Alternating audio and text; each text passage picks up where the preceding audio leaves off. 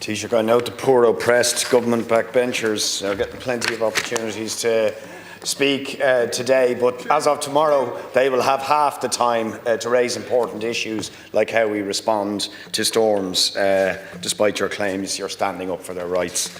But one group that we won't be able to talk about as much are the ambulance drivers, who are absolutely critical, and the National Ambulance Service are critical to responding to emergencies. Storm Johan, COVID, these should be warnings about having the capacity to respond to emergencies where lives can be at risk.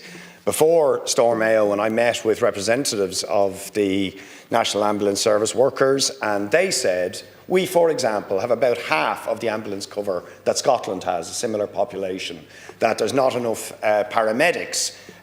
So even if ambulances get there on time, they don't have the paramedics to deal with it. There's also threats to the helicopter emergency medical service because of lack of staffing, and specifically to the emerging threat team because of lack of funding and lack of staffing by your government. So are you going to engage with the representatives of the National Ambulance Service and the unions who actually provide the emergency services and ensure they have the proper funding, staffing, infrastructure and cover to save lives when we have emergencies? Thank you. Deputy Paul Murphy.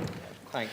One interesting positive outcome of the storm, if one could even say that, is the degree to which communities rallied, and there was a very strong community resilience in Ireland.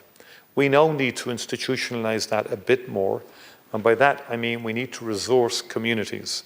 Deputy Daly referenced my visit to Balhadreen. There was a tremendous community focal point there, and they had a tremendous coordination, and they used all the various schemes from the rural social scheme to the solidarity payments, the grant scheme, and they used that through the purchase of vans out of one scheme, the rural social workers, to get food to people living in remote areas. So we need, and then the GA clubs and the soccer clubs and rugby, they need to be provided, I think, with generators. We need to do that in a programmed way. We can't do it to everybody, but if there's an identifiable focal point in any given community, some of them didn't have generators, and by the grace of God, they got back power quickly so they could then make the facility available to the public.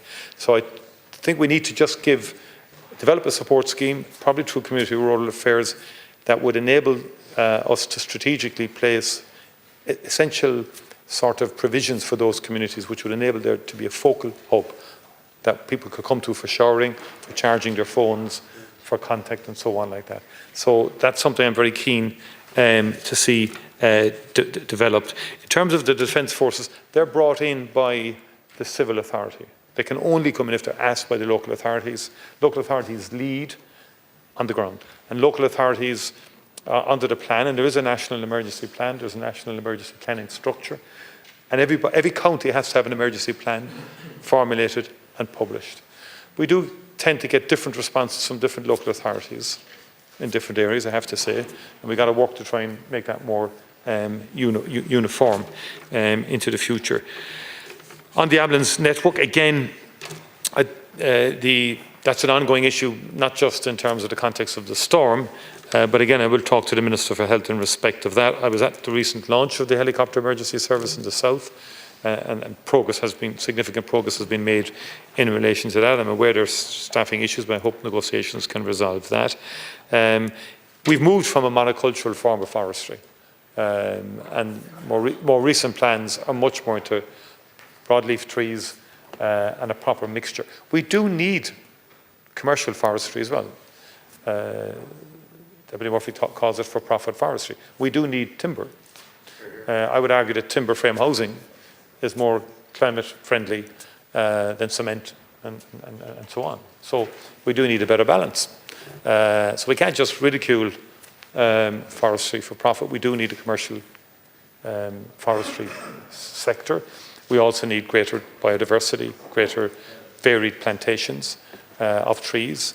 And I'm very keen on that, and I think a very comprehensive scheme has been announced last year, very significant grants available to farmers in particular, but I think farmers obviously have traditional, the main commodities and dairy and beef and the rest of it, and it's not as easy to move people over to forestry, but that work will continue. I think I've exhausted as much as I can do that. Thank you.